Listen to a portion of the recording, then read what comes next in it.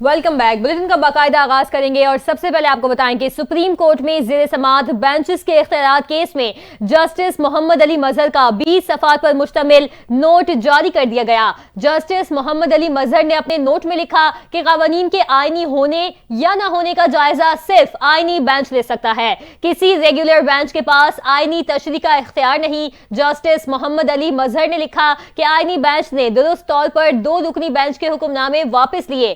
Note میں لکھا گیا کہ 26ویں ترمیم اس وقت آئین کا حصہ ہے۔ ترمیم میں سب کچھ کھلی کتاب کی طرح واضح ہے، ہم اس ترمیم پر آنکھیں اور کان بند نہیں کر سکتے۔ جسٹس محمد علی مظہر نے مزید لکھا کہ یہ درست ہے کہ ترمیم چیلنج ہو چکی ہے اور فریقین کو نوٹس بھی جاری کیا جا چکا۔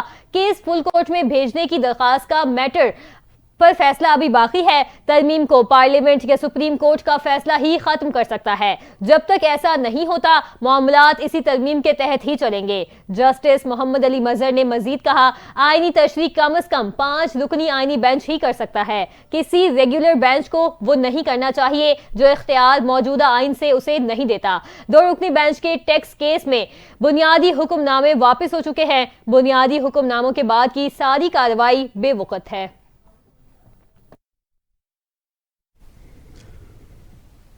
Opposition leader Punjab assembly Malik Ahmad Khan Bhachar نے متنازع پیکا ترمیمی ایکٹ لاہور ہائی کورٹ میں چیلنج کر دیا۔ درخواست میں کہا گیا ہے کہ پیکا ایکٹ میں ترمیم آئین کے بنیادی حقوق اور آزادی اظہار کے منافی ہے۔ اپوزیشن لیڈر پنجاب اسمبلی نے درخواست میں مزید کہا کہ پیکا ایکٹ میں ترمیم کو کالعدم قرار دیا جائے۔ وزیر دفاع خواجہ آصف کا کہنا ہے کہ دنیا بڑی معاشی تبدیلیوں سے گزر رہی ہے، سمندر کے ذریعے تجارت کے تحفظ کے لیے اقدامات کرنا ہم سب کی مشترکہ ذمہ داری ہے۔ چیف آف نیول اسٹاف کا کہنا ہے کہ کوئی ملک سمندری چیلنج سے تنہا نہیں نمٹ سکتا، بلیو اکانومی کے فروغ کے لیے سمندر کو محفوظ بنانا ہوگا۔ تفصیلات بیورو چیف عبدالحسیب کی اس رپورٹ میں۔